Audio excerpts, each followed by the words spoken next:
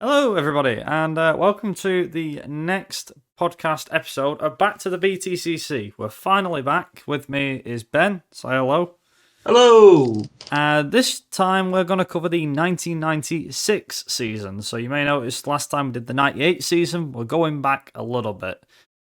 So first and foremost, Ben, what do you remember the 96 season being famous for? Domination by a certain circular brand. Let's put it that way. And a German driver as well to go with it. Oh yeah, the guy who went to Le Mans with the same brand and also won Le Mans with the same brand. Yeah. For those that are not sure what we are talking about, we're talking about Frank Wheeler and the Audi A4 Quattro. So yeah, that was a season that was completely full of, well, to an extent was full of dominance, but we'll come on to that in due course. So for those that don't know what this is going to be a podcast. This is something you can just leave on in the background and just listen to us talk about the 96 season. We're going to try and cover everything from drivers and teams to the calendar, our season favourites going into the season, standout moments, and we've even included, because there was no game for the 96 season, we've included the RAC Tourist Trophy, which we'll get a quick mention at the end, and obviously a few final thoughts. Link to the full 96 season can be found in the description. It is the Wikipedia page, but there are other websites out there for information. Big credit goes to them for providing said information.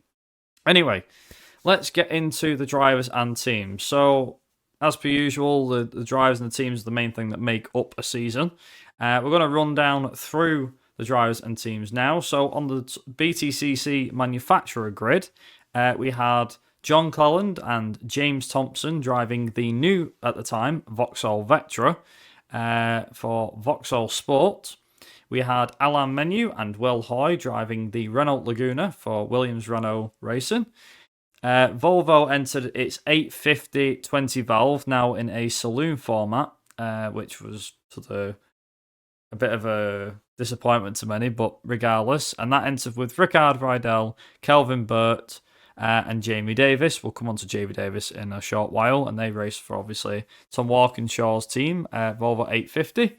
We then had Total Team Peugeot with the Peugeot 406 driven by Tim Harvey and Patrick Watts. The Volvoline Team Mondeo with Reynard, which is the Ford Mondeo, which was quite powerful in the hands of Paul Radisich back in 1994. Once again, piloted by the New Zealander, along with Steve Robertson as well. I think it was his introduction into the series. I think it was his one and only season too. Then we had Honda running its Accord once again with David Leslie and James Kay at the wheel. BMW Team Schnitzer made its return with Peter Cox, albeit for a few rounds towards the end of the season. But the main drivers were Jochen Winkelhock, the 1993 champion, and Roberto Ravaglia, the car being a BMW 320i. However, all eyes were on the Audi Sport UK squad that entered into the series this year, with its Audi A4 Quattro, driven by John Bincliffe and Frank Wheeler. Now, to kind of go through the manufacturers a bit more, we had a semi-works team, which was Rouse Sport, which was Andy Rouse's team. And because they were not considered a works entry nor an independent entry, they're kind of semi-works. They were driven by Gary Ailes, Owen McCauley, and Jamie Spence, driving the Nissan Primera EGT. And your independent squad, you had Tom's team Brooks with the Toyota Carina E, driven by Lee Brooks. Pro Motorsport with the Vauxhall Cavalier, driven by Ian Heward. Mint Motorsport, which also had a Vauxhall Cavalier, drove by Richard Kay, and Team Dynamics, of course, with their Ford Mondeo SI, driven by Rob Gravitt and Matt Neal. The reason why we mentioned Jamie Davis briefly is, even though he's in the driver's lineup, he was supposed to originally stand in for Kelvin Burt at Snetterton, but he was sidelined by a testing accident prior to the event. So, to move into the calendar. So the calendar kicked off on the 8th of April 1996 at Donington Park at the Grand Prix circuit. We then moved on to Brands Hatch Indy on the 21st of April. Thruxton saw the next round on the 6th of May. Silverstone Circuit International on the 19th of May. Alton Park International followed a week after that. Then we had Snetterton Circuit on the 16th of June. Brands Hatch Grand Prix, which is odd, considering it's usually at the end of the season rather than like midway through. Then we had the Silverstone Circuit Grand Prix on the 14th of July. Knockhill obviously hosted its one only trip north of the border to Scotland on the 28th of July. Went back to Oulton Park again for the Foster's Circuit on the 11th of August, with Thruxton rounding out the end of August with its own round. Then we went back to Donington Park Grand Prix again on the 8th of September, and to round out the season, we had 2 more rounds at Brands Hatch Indy to round out the full calendar on the 22nd of September 1996. So, moving into season favourites then. Season favourites are always one that, when me and Ben was talking about this, we had a bit of discussion as to who we wanted to back for the drivers and the manufacturers. Now, obviously, we're taking Audi out of the equation. So this was coming into 96. Audi wasn't really a thing, or wasn't really announced that they were entering yet, or we didn't even count them. Let's just say Audi's not included yet, for the sake of things. So I had, for my favourite for the title, I had Alain Menu to win the driver's title, with Renault to win the manufacturers, given how strong they were in 95 against Vauxhall and John Cleland. And Ben, your favourite for the title was Mr. Rydell, to like obviously do well for driver wise, and then BMW for the manufacturers, just because I thought how it looked was sort of BMW been around, there's fair few of them, know what they're doing. Seems quite well. And Mr. Rydell, well, in my eyes, this is looking back on it, he's just one of them people where he could get it done. He'll reasonably good, and he could get a good couple of good wins in there. And who did you have to win the manufacturer's title? BMW, because there's a lot of them, and they're pretty consistent. They're good. They've been around that long. Like today, they're still here now. It's just a solid manufacturer to go with. And back then, there was really good cars back in the Super Touring era. Would you say the reason why BMW were the squad to watch was because of Winkelhock coming back, do you think? Yeah, obviously that helped as well. He's like a star German guy who, well, he's very good. He's a guy who's done well in other series, knows what he's doing, and he's pretty punchy from the get-go as well. He's somebody who will go more or less full attack for most races. Yeah, it was. I think there was a lot of hype around Winkelhock coming back in 1996 because, obviously, for those that don't know, as we were saying before, he won the 93 title with Schnitzer BMW, funnily enough. And according to the pre-season video that we saw, so we watched the season review back the other week, and when it was obviously to cover the season, and one of the things he mentions was that if it wasn't Schnitzer that came back, which is the same Schnitzer that he won the title with, I don't think he would have actually come back to the BTCC with BMW, which is quite an interesting thought, really, considering, well, I mean, surely because it was a BMW, the 3 Series, it was still a 3 Series that he won the title in, so I don't know. But either way, yeah, so that covers the drivers' teams, the calendar, and the season favourites. Now we're going to get into some of the standout moments, and there was quite a lot to cover. So much so that we're going to take it in turns, just listing off a couple from ourselves. So, to kind of show how dominant the Audi A4 was, it scored 3 wins in the first 3 races, and the wins weren't by seconds, they were by 10, 20, maybe in 30 seconds in some of the races. Biela was the most notable one here out of the 2 Audi drivers. He was just on fire.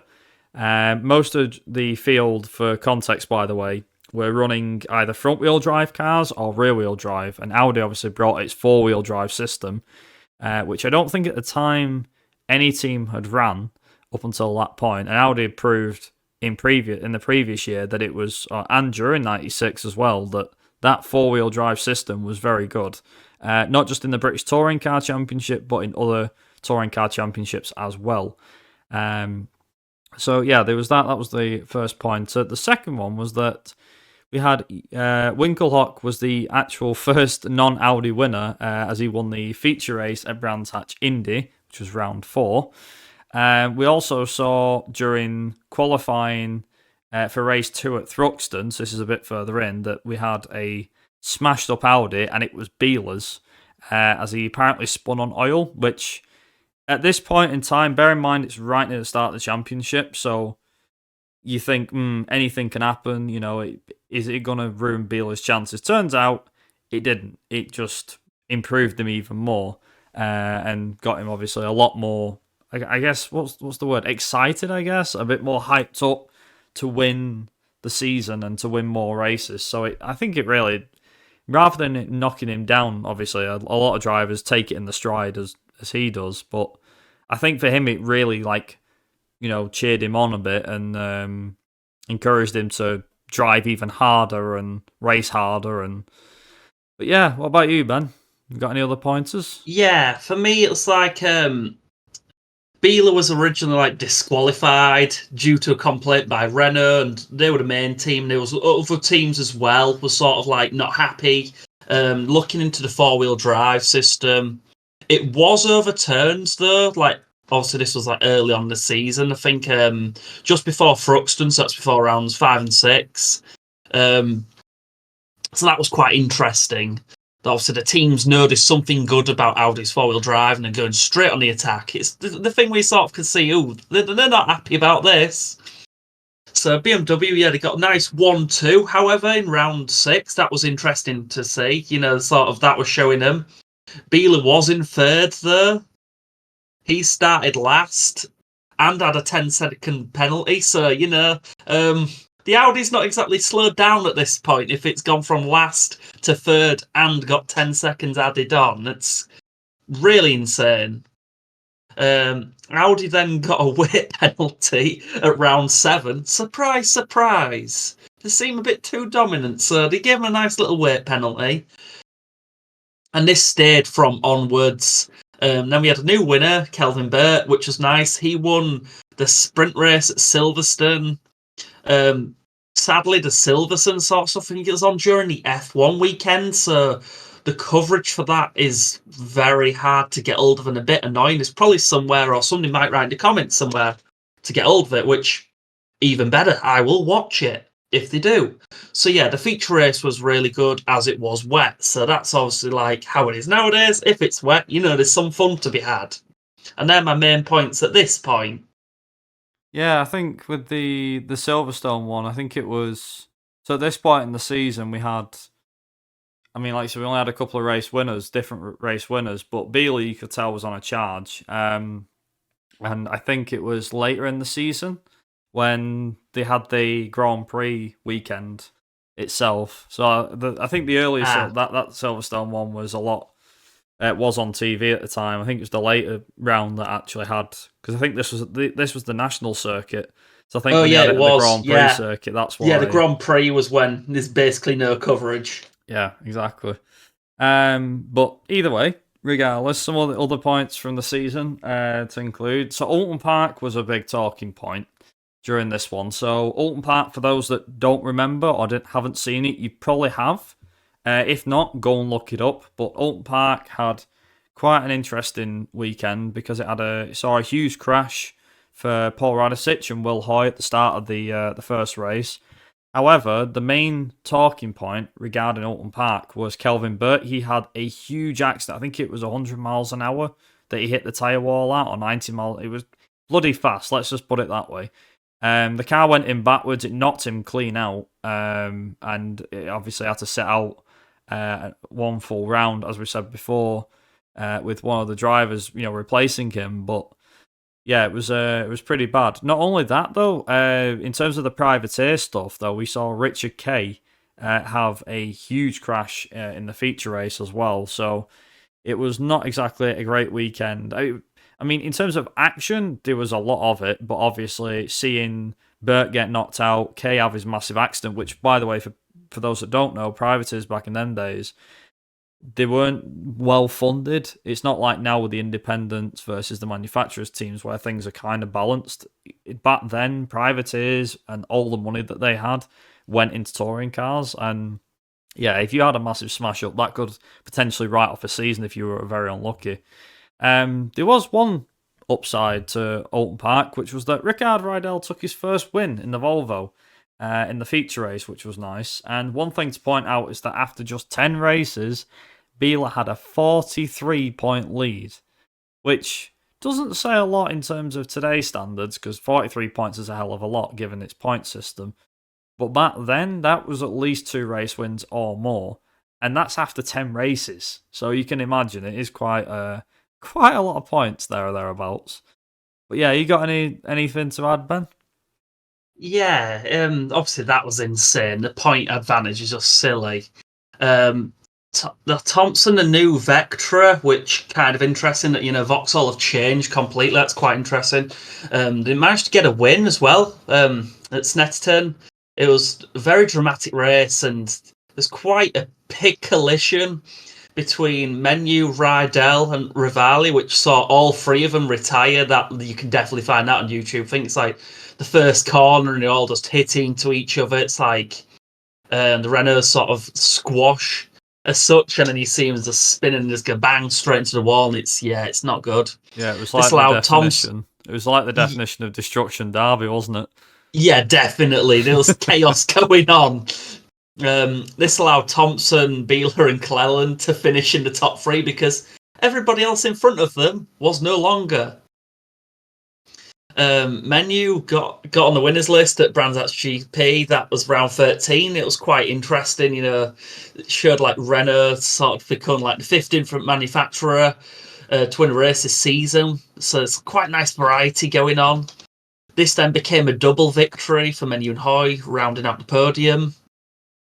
Silverstone, here's the Silverstone where you can struggle to get hold of it, but people might know somewhere.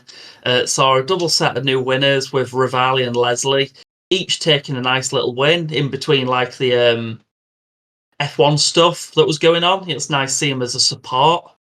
I don't think I'd want to see it now because I reckon it would be the same thing where people who are fans of BTCC, you will probably get not much coverage of that, if anything. So it would not be the best, really, from a fan's point of view. That's my thoughts on it. Up to there. I was going to say, so all the things is with the Rivali and Leslie thing, I think I speak for every British touring car fan here, whether they're into the Super Touring era or not. But the fact that footage was... This is the thing as well. For people thinking that you probably can get hold of it, honestly, we watched the season review and it wasn't. It was a sum up, and because of the whole TV rights that F1 had with Silverstone, they weren't able to broadcast it. Like, they were earlier in the season, but they weren't this time because F1 was there. And because F1 took priority, they had the rights to control what was broadcast and what wasn't. So unless you were there, if you were, you're a lucky sod because you actually got to see them win. But for the most part, all we know is that they won that. And even in the season review, there is literally just like pictures of the cars that win. So I'm kind of gutted about that, really. More than anything else. But yeah, so we had like 2 more winners with Rivali and Leslie, as Ben said. But then... here comes the big one. So we've obviously had that one, but the main one, for those that may remember the 96 season, may remember it for a specific video. So I think it was like Sport Night or News Night or something the BBC used to show, or Sport Week, I can't remember what it's actually called, I do apologise. But they used to run a show on BBC One. And during one of the episodes, the Thruxton round... which was rounds 21, 22 of the championship, was shown. And there's a reason for this, because it saw... Now, this wasn't in the sprint race, this was in the feature race. It was Winkelhock from 3rd on the grid. He got a great start down into the first complex. The track's not changed much, so it's still exactly the same. And he got caught in the middle of him, making like a 3-way sandwich, whereas a BMW with 2 Renaults either side, and they all collided. And basically, it was like Winkelhock was there. Then you saw, I think it was Menu started swerving, and then Winkelhock tagged him, and he whacked into Hoy, and Hoy came off, and so did Menu, and Winkelhock eventually, I think, got back in. I don't know if he got back out. I can't remember, but yeah, it was a bit of a chaotic start. So that was at the start of the sprint race, not the feature race. My bad. The other thing is as well is Leslie took another win during this, which was great. However, Beeler, unsurprisingly, managed to wrap up the championship after the sprint race, and he still had 5 races left. So at this point, anything was just a bonus if he won anything. Audi wrapped up the manufacturer's title at the end of Donington Park. So again, both titles were wrapped up early. However, that's not to say there wasn't any more action, because one of the other things that happened was the Brands Hatch finale. Most notably, during, I think it was the sprint or the feature race, I forget which one, there was a massive smash, a 6-car pile-up, which included Leslie, Menu, Harvey, Robertson, Thompson, and Radicic. So both Mondeos, one of the Vectras, obviously one of the Peugeots, Menu's Renault and Leslie's Accord. Yeah, they're all involved, and it was a terrible accident. The racing was pretty good as well at the Grand Prix finale, at the Brands Hatch finale. Sorry, I'm so used to saying Grand Prix finale these days, but yeah. So that was the Brands Hatch finale, and it rounded off what. Okay, the season wasn't as dominant as I remember it. I mean, looking back on it now, Ben, I don't think it was as dominant as I remember it. Like, obviously, I've only seen the season review, but I remember people saying, "Oh, 96 was that year that Audi dominated. Audi ran away with it." Yeah. But it doesn't seem like it was as that bad as all. I mean, No. if anything, it feels like they did the job in the first half of the year and then just was consistent with points in the second half, and that's how they won it. Yeah, it seems actually less dominant than what we're seeing this year with Napa Racing. It seems less dominant than that, because you look, you go, well, every weekend Napa's had something going on, but then you watch this season and it's like, well, actually, there was some weekends there where Audi really just didn't gain a lot. So it was like, I mean, no one knew what was coming in '97 with Renault, did they? But yeah, that's the thing. You know, that's another thing. And just for that context, may be another season review we might do at some point. We probably won't do it next, because I quite like where we just pick random ones at the moment, so they're not in sync. Yeah. So we'll do it at some point, no doubt, because if we keep doing these, eventually we're going to get through each one of the 90s just by we will. Yeah. Especially 92, because obviously I think everybody wants to hear 92. Oh yeah, that's the good one, but that's like the big one. That's, you know, that might save that a bit later on in the season. Yeah, well, you know, he was going for first, wasn't he? He was going for first. Speaking of 92, that was actually the total winning margin that Beeler had. See what I did there? Yeah, he went for first, didn't he? Like when he won Le Mans, he went for first then too. So that was and all the other championships he, funnily enough, won in the same season as this. Yeah, I think he won like the French one and the German one or something. He won like loads of other championships elsewhere this season. Like, Beeler's domination was just stupidly good. Yeah, he managed to win. I think it was the Audi A4 itself. I think it won 6 titles in '96. Yeah, it was just silly. 2 of them were British Touring Car, or one of them might have been, I'm not sure. Depends what you count as a championship, but let's just say it won a lot in that 1 year. Yeah, it was pretty dominant. It was sort of like how people look back at the Nissan R34 Skyline, where it just went all over the world and went, haha, you now lose. And people got angry, and thus regulations got changed to outlaw certain bits of the cars. Exactly. And just to kind of wrap up the championship standings, so it was 92 points was the gap between Beeler and Menu, who was the runner-up in the championship. Just to cover the top 10, so you had Frank Beeler on 289, Alain Menu was on 197, Rydell was 3 points behind, 194, Leslie 159 in 4th, then Winkelhock 1 point behind him in 5th. Rivalia somehow was a point behind him in 6th. Bincliffe 7th, 113. John Cleland 102 in 8th. Will Hoy 9th with 95. And James Thompson rounded out the top 10 on 83 points. The thing is, I mean, despite the good showing at Snetterton, Cleland was really off it. I mean, he had a good few retirements during 96, didn't he? Not a great title defence.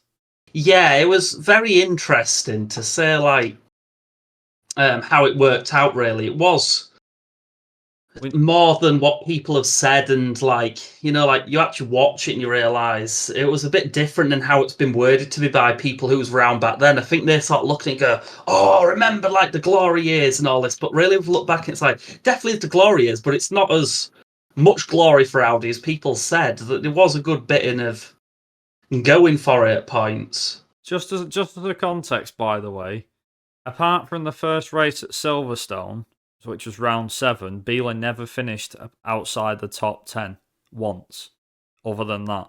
And he got disqualified at end of Snet. I forget why he got disqualified, but yeah, he was disqualified at end of Snetterton. Biela either won or came second in the races that Menu retired from. Menu retired from 5 races that year. One surprise that looking at the final standings was how Leslie, Wingerlock and Rivalia are within a point of each other. Because for those that are a bit unsure or a bit like, how is that confusing? To kind of cut a long story short, Rivalia came into BTCC in, I think it was 95 or 96, but was at BMW. And it might have been a bit earlier actually with Rivalia. But either way, in 96, there was a lot, and I mean a hell of a lot of accidents. Rivalia had a run-in with Paul Radicic, was a famous run-in at Brands Hatch between the two. It got into a heated debate. Bit like the Reed and Rydell at Brands Hatch, funnily enough, in 98. Same thing there. And speaking of Paul Radicic, he must have had the season from hell. Like, of 26 races, he retired from 14 races. Yeah, if I had to have like a drink every time he got smashed off or something happened to him this season, I'd probably be like in a hospital getting help from how much I would have had to drink watching even just this review. Like any other time you heard, oh, there's been an accident out on track. Here we go, it's Radicic. I'd be like, freaking hell. Yeah. Just to sum up how bad Radicic's season was, by the way, this isn't a to slam on Radicic. To sum up how bad it was, Peter Cox was in for the last 3 rounds of the championship at Thruxton, Donington, and Brands Hatch. He scored nearly the same amount of points as Radicic across a season in 3 rounds.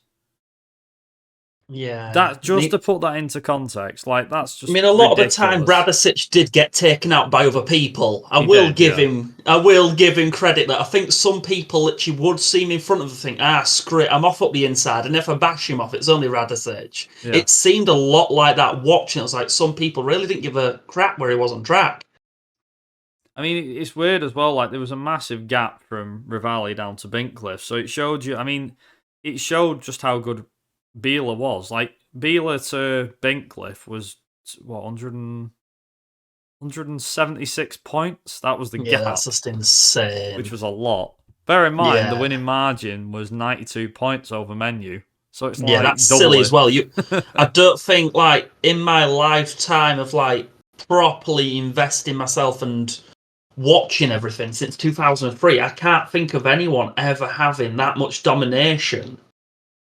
Yeah, it's absolutely bonkers. Yeah, that's insane. Like 92 points is just stupid. It's like basically the point where you can just sort of go, he didn't even have to turn up for some races and he would have still won. That's how silly it got.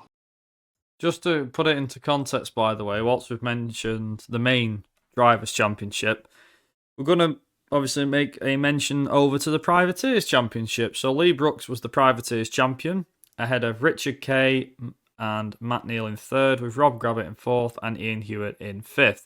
Now, given how certain drivers went in and out during the season, Richard Kay had a lot of wins over Lee Brooks. Like, he won a majority of the races, and Lee Brooks finished 2nd. I think he retired in one of them. But apart from that, he was either 1st, 2nd, or 3rd across the whole season. Whereas Richard Kay, I think it was up until Donington or Brands. I forget which one it was. I think it was coming into the season. It was Brands. It was the finale. They had engine problems or engine misfires at Brands Hatch, and up until Brands Hatch, Richard Kay actually had a chance of winning the championship for the Privateers, and it was a bit of a shame to see him lose like that. He did get disqualified at Brands Hatch, which didn't exactly help, because I think he would have been on for a win there, given how not many people turned up. The other 3 guys didn't turn up. And in terms of the, last but not least, the Manufacturers' Championship. So, unsurprisingly, Audi Sport won it, as I said before. 298 points against BMW in second with 258. Then it was Volvo and Renault separated by a point in third and fourth, with 244 for Volvo and 243 for Renault.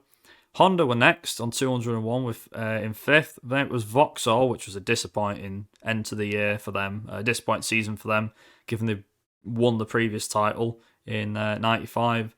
They were sixth with 172, and then tied for seventh was Peugeot and Ford with 74 points each. But because Peugeot got the higher of the places, like they do in F1, they had the higher position overall. They were actually able to, they're able to get what they wanted. So they actually finished ahead in the standings. So it's Peugeot and then Ford rounding out the manufacturers. Now, whilst we're on the topic of manufacturers, one of the things that I mentioned at the start of this, and this was quite interesting because we did a bit of this research at the very end, is that there was something called the RAC Tourist Trophy. Now, myself and Ben, this is not in the actual season review video. You have to go and find this for yourself. So for those that don't know what the RAC Tourist Trophy was, and I think it's still going these days, is it was essentially an endurance test. It got toned down after 97, and they wanted to make it a bit easier. Well, after 96, actually. So in 1996, the race was held at Donington Park. Not sure if it was the Grand Prix or the National Circuit, because it's not specified. There was only 14 participants from a variety of manufacturers with a few independents in there. So your drivers list for the RAC Tourist Trophy for the manufacturers was in the Renault Laguna, Menu and Hoy. Winkelhock drove the BMW. Bincliffe was driving the Audi. Cleland and Jan Brunsect, I think that's how you pronounce it, drove the Vauxhall Vectra. Kelvin Burt drove a solo Volvo.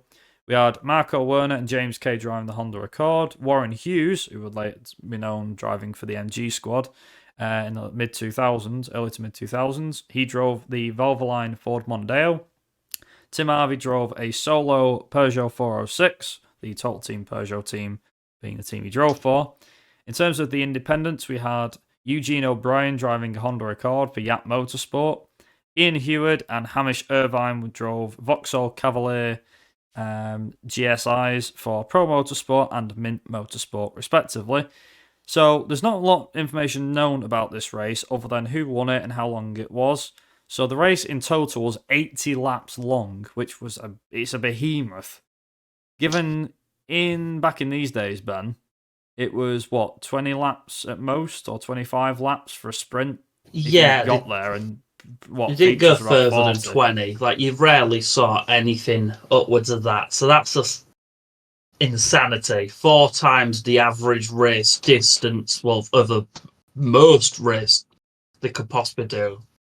It is worth noting as well that, for those wondering, by the way, this race was not like a Bathurst 1000 where the drivers swap. It wasn't like that. It was literally like the drivers all had to do 80 laps.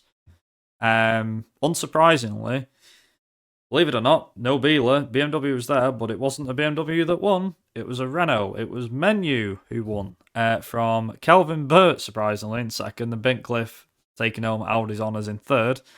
And like I said, there was only 14 participants. During the race, we lost Cleland, Hoy, Werner, Heward, and Irvine.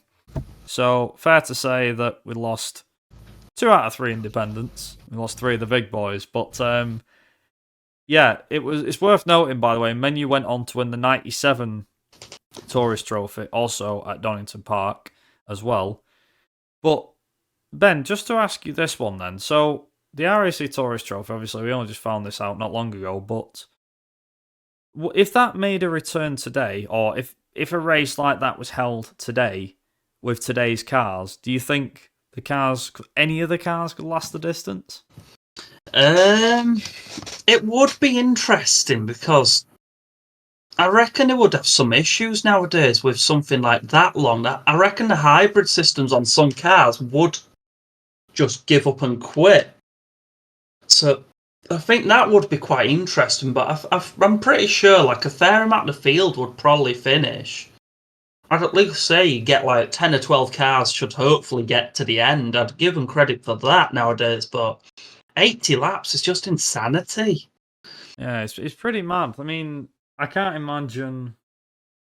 I mean, if I'm being honest, I think I can imagine certain cars struggling more than others, but not to like name any names or anything here. But Yeah. I know that there probably would be a few cars that would probably break down Well, more than others because they've I either reckon there'd be known for some it. teams that probably wouldn't turn up just because of the cost. The Yeah. cost to run a car that much and how much you'd have to pay for the tyres alone. Obviously, all the other bits that entail with it. I think for some teams it wouldn't be worth them turning up.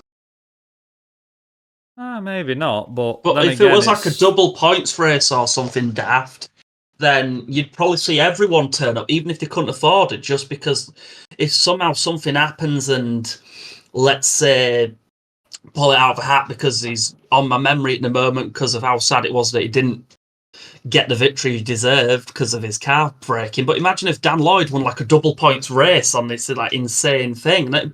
It boosted him right up the championship scoreboard and probably somewhere in the top 10 or something daft. And it would be like if some random person out of the hat scored something like that, if it was a double points race, it's a bigger difference. So then you would see everyone turn up just because it's worth it for the points.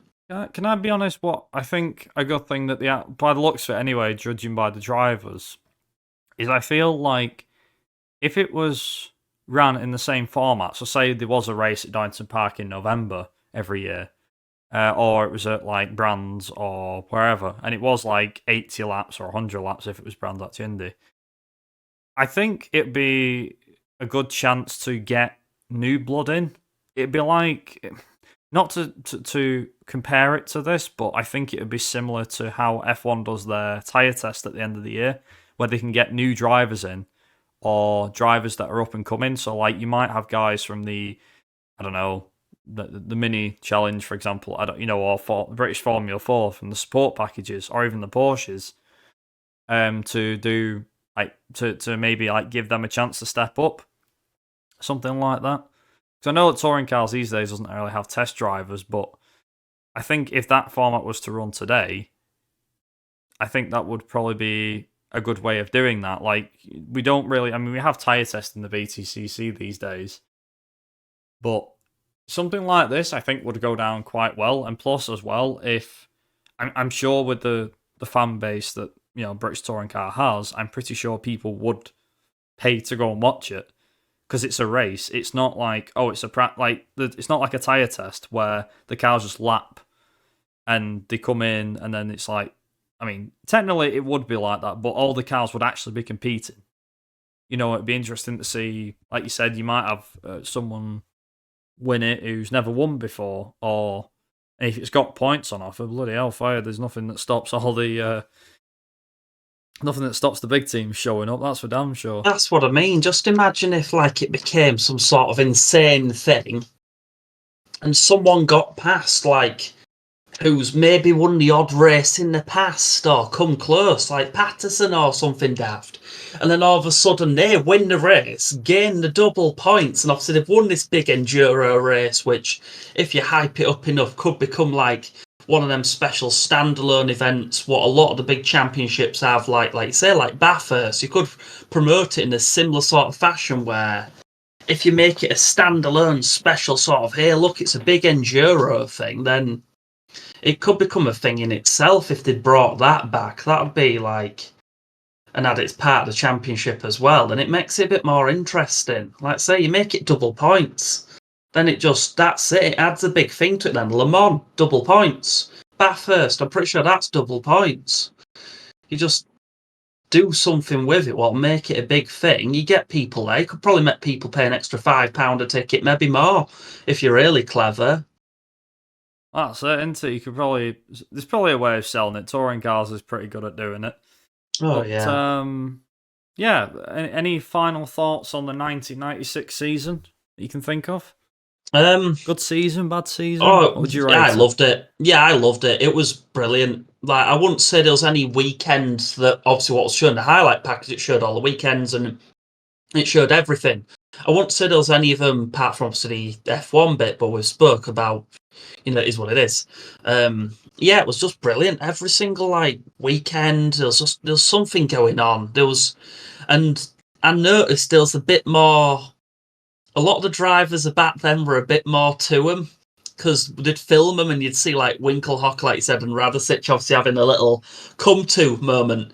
Nowadays, I don't think they'd even film that, and obviously the drivers will try not do it because of how the world is now. But yeah, the drivers was back then. A lot of them just really didn't give a damn. It was sort of like, I'm off to go tell him what I think of him, whether the camera films or not. And, it was just brilliant to see each driver you could pick them and say, I like Cleland for this reason. I like Thompson for this reason. You actually you could choose people based on just what there was as not just in the car, but in front of the camera as well.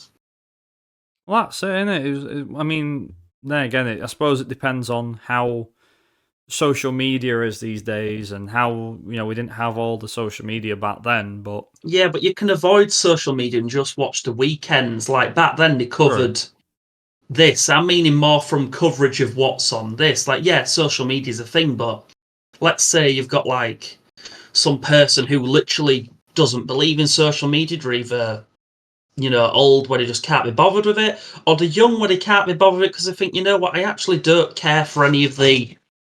I don't know. There's a sort of the bits about social media none of us are happy with. Like so there could be people out there who just watch touring cars. They only watch what's on the TV and what is covered on the TV.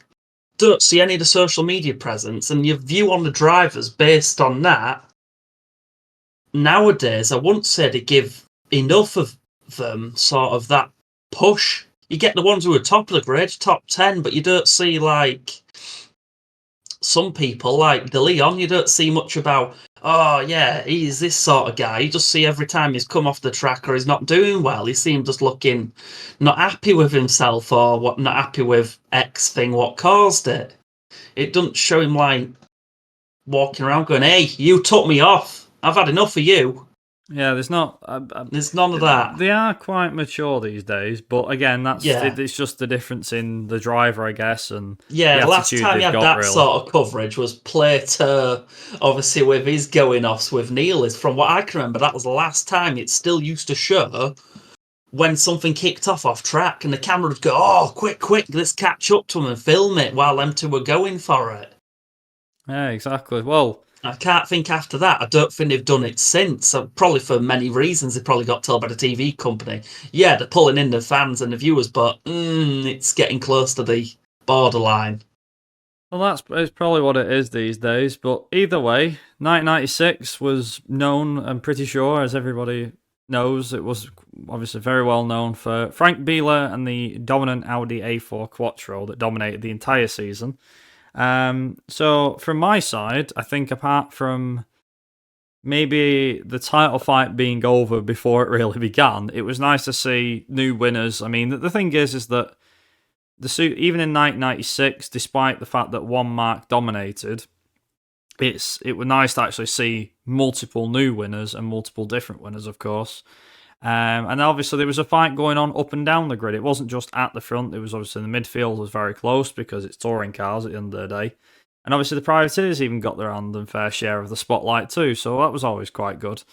But on that note, we are going to wrap up this podcast here.